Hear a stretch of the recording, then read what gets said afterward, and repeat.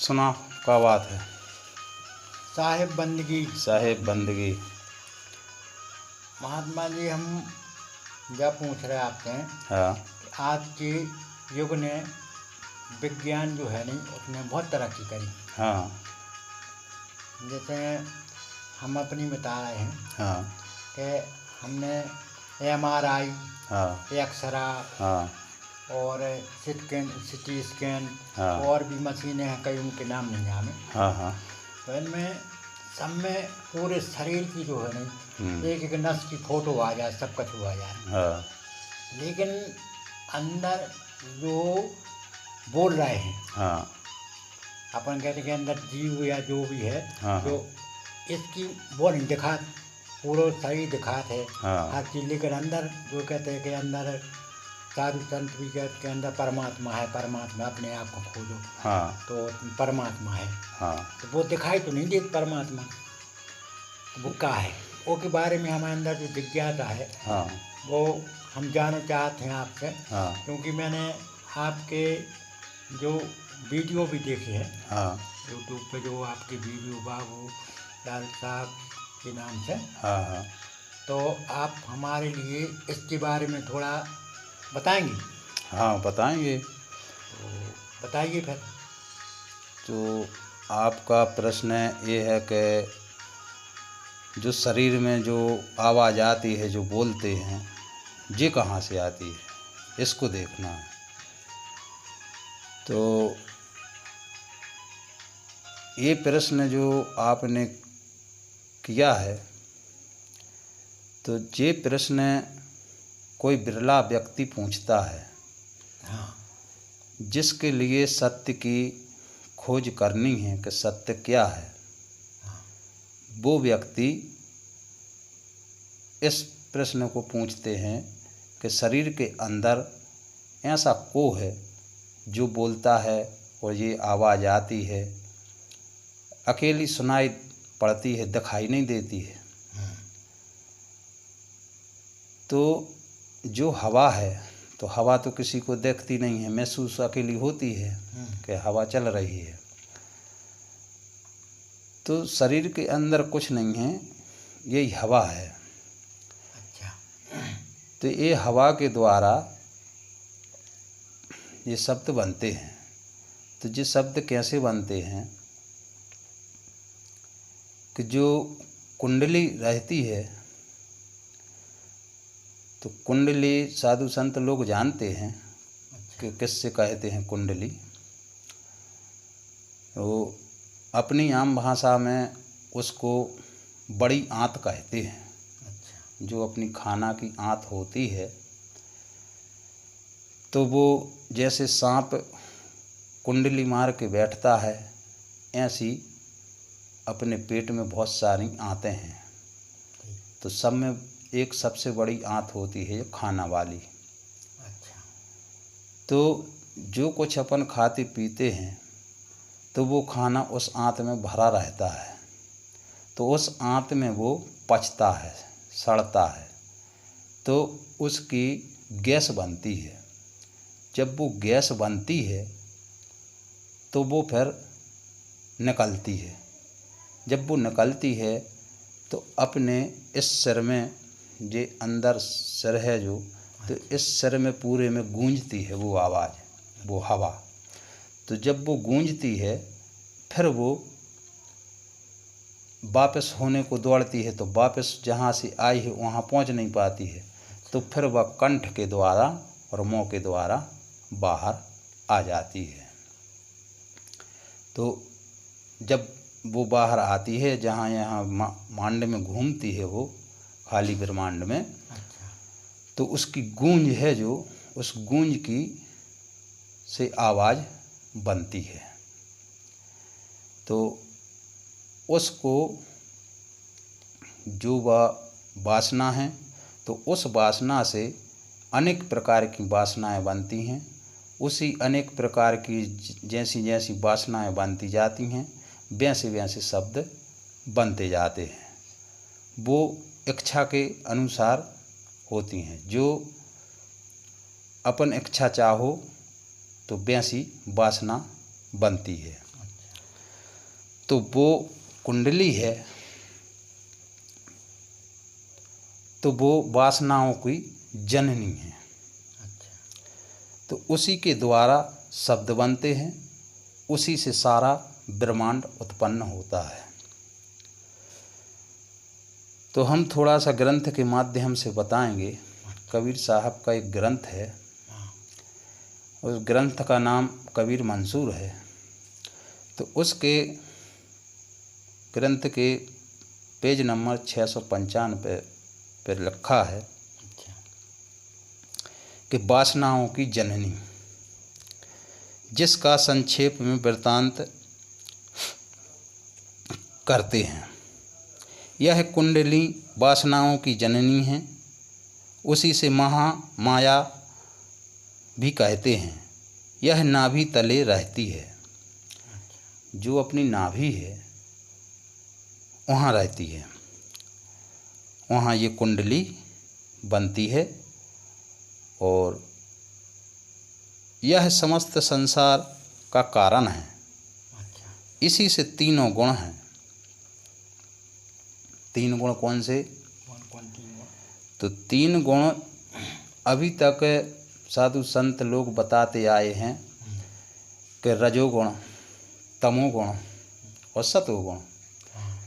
तो ये गुण नहीं, वे जो 3 गुण हैं वे अलग हैं। अच्छा। तो वे 3 गुण क्या हैं? इंगला, पिंगला, सुषमना। अच्छा। तो ये बात बहुत कम साधु संत लोग जानते हैं। अच्छा। अच्छा। जो कबीर मार्ग के साधु संत लोग हैं वो जानते हैं इस चीज़ के बारे में, जी।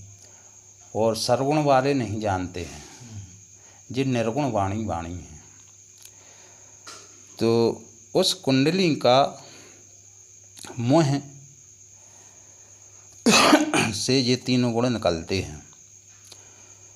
तो उसके मुँह से फुसकार की आवाज़ आया करती है, और उसी सांपनी की फुसकार से सोहम शब्द बहिर्गत होता है। तो सोहम शब्द कैसे निकलता है कि जब आप मुंह बंद करके बैठोगे तो जब सांस लोगे तो शब्द बनेगा सो, और जब सांस जब सांस छोड़ोगे तो शब्द बनेगा हम। इसका प्रैक्टिकल करके हम बताते हैं।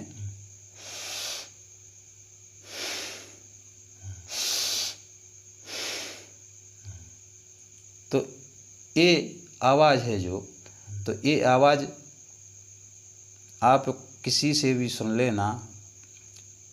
कोई पशु अच्छा शांत बैठा हो, जब वो सांस ले रहा हो तो आप उसके पास खड़े होना और उसकी आवाज़, सांस की जो आवाज़ चल रही है तो उसकी आवाज़ आप सुनना, तो आपको सोहम शब्द मिलेगा। तो इस सोहम शब्द निकलता है इस कुंडली से। तो ये 3 गुण के माध्यम से निकलती है ये शब्द। तब ये 3 गुण कौन से हैं? इंगला, पिंगला, सुषमना। तो इंगला कहाता है अपना ये नाक का बायां छिद्र, और पिंगल कहाता है दाएं नाक का छिद्र, और सुषमना होती है अपने मुंह के अंदर तालू में होता है एक छिद्र नाक का। जैसे अपन पानी पीते हैं या कुछ भी होता है तो कुछ मुंह में उल्टी वगैरह या कुछ भी हो जाता है तो नाक से पानी आ जाता है। अपन पीते हैं मुंह से और नाक से निकल आता है। तो इसका मतलब क्या है कि भीतर तालू में एक छिद्र है। तो जो उस कुंडली से जो गैस बनती है, हवा निकलती है, तो वह सीधी जाके डायरेक्ट अपने इस तालू में घलती है ब्रह्मांड में। तो वहाँ ये गूंज जाती है, सारे में हलचल हो जाती है। तो वहाँ से फिर वो वापस जहाँ से आई थी वहाँ नहीं लौट पाती है, और कंठ के द्वारा और जो तालू में छिद्र है उसके द्वारा ये बाहर हो जाती है, और उसी से ये शब्द बनते हैं। जैसे अपन अभी चर्चा कर रहे हैं या कोई भी शब्द बोलें तो वह उसी के माध्यम से, उसी की गूंज के माध्यम से ये शब्द बनते हैं। तो इससे ये सोहम शब्द निकला। अब सोहम शब्द का जाप साधु संत लोग करवाते हैं। तो इस सोहम शब्द से कुछ नहीं होने वाला है, काहे कि ये तो वासनाओं द्वारा निर्मित है। भाई साफ साफ इस ग्रंथ में भी लिखा है कि सांपनी माने उसी से सांपनी कहते हैं कुंडली से, क्योंकि वो माने कुंडली है जो, तो जैसे सर पे कुंडली मार के बैठता है गोल गोल, ऐसी वो आंत है जो वो पेट में अपने अंदर ऐसी गुड़ी बना के रहती है। तो उसी से सांपनी भी कहते हैं, उसी की वजह से सांपनी कहते हैं कि वह गोला गोला रहती है। तो उस सांपनी की फुसकार से सोहम शब्द निकलता है। तो अब जैसे उस आंत में जे कुछ अपने खाना पीना खाया पिया है, तो अब वो उसमें आंत में ही सड़ेगा गलेगा, तो उसकी वो गैस बनेगी। तो उस गैस के द्वारा सोहम शब्द निकला, यानी गंदगी से सोहम शब्द निकला। तो वो परमात्मा का कैसे हुआ? तो ये साधु संत लोग मतलब सोहम शब्द का जाप करवाते हैं, जबकि वो गंदगी से पैदा है सोहम शब्द। तो इससे कोई फर्क पड़ने वाला नहीं है। सोहम शब्द कुछ है नहीं, क्यों कि पशु भी कर रहे हैं। वही नाम तो सोहम नाम है जो, वो सोहम नाम तो पशु के भी निकल रहा। तो जब पशु के पास से निकल रहा और वो ही अपन जाप कर रहे हैं उसका, तो क्या मतलब है? तो अपन तो पशु से भी खराब कहानी के सोहम शब्द का जाप कर रहे हैं है कि नहीं? तो उसकी फुसकार से सोहम शब्द बहिर्गत होता है, जिसके भीतर प्राण विराजता है। अब उस शब्द के अंदर प्राण रहते हैं, जो जीव है उसी के शब्द के अंदर रहता है।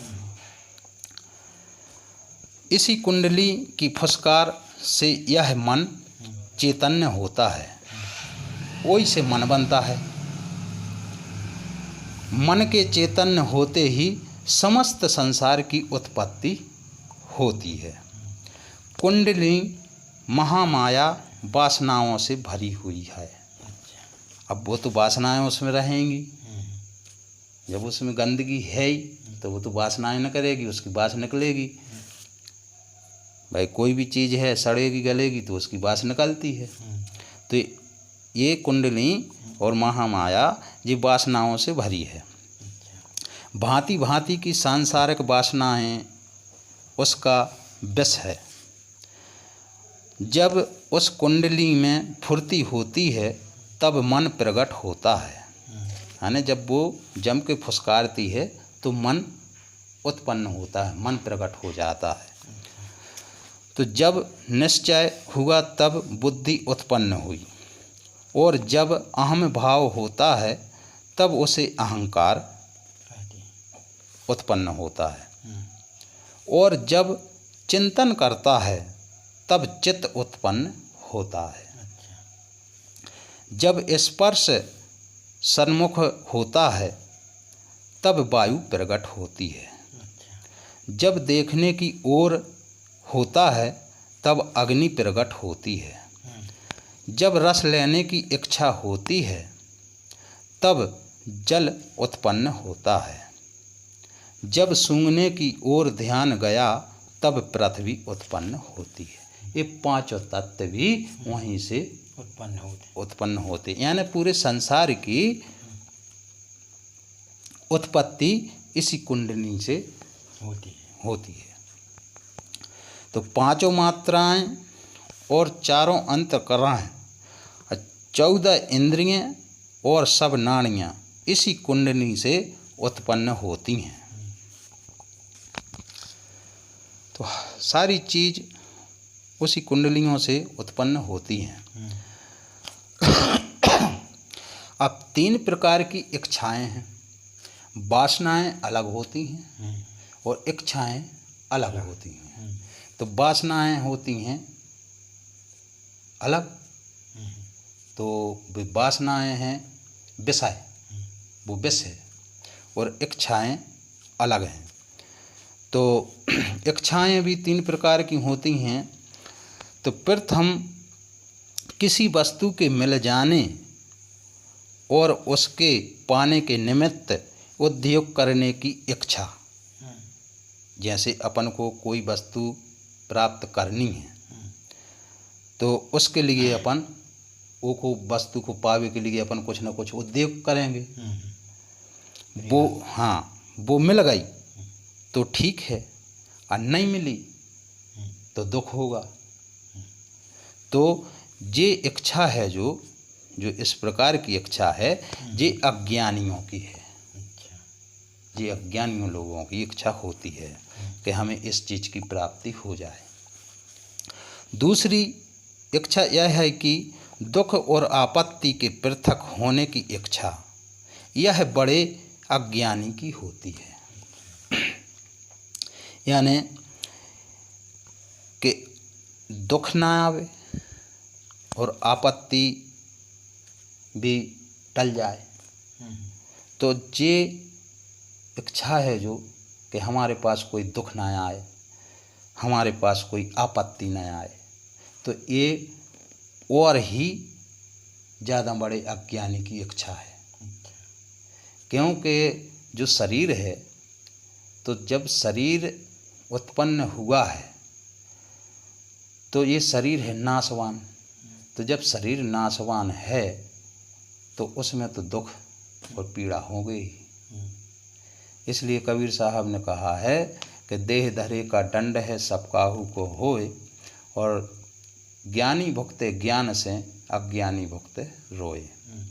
तो अज्ञानी लोग रो रो के भोगते हैं, और जो ज्ञानी लोग रहते हैं वो अपने ज्ञान से दुख को और उस आपत्ति को काट ले जाते हैं। किसी को मालूम भी नहीं पड़ता है, लेकिन भोग न पाते। हाँ, लेकिन भोग न पाते। क्यों कि जब सीधी बात कही है कि देह धरे का दंड है, सुर नर मुनि भुगते सोई। सुर नर मुनि तो सुर किसे कहते हैं? सुर कहते हैं देवताओं को, नर कहते हैं जो आम आदमी हैं, सांसारिक आदमी हैं, मुनि कहते हैं साधु संतों को। तो सुर नर मुनि भुगते सो, यानी सबको होता है, चाहे वो कितना बड़ा मुनि हो, चाहे कितना बड़ा साधु संत हो, उसका ये दंड है देह धरने का। अब ध्यान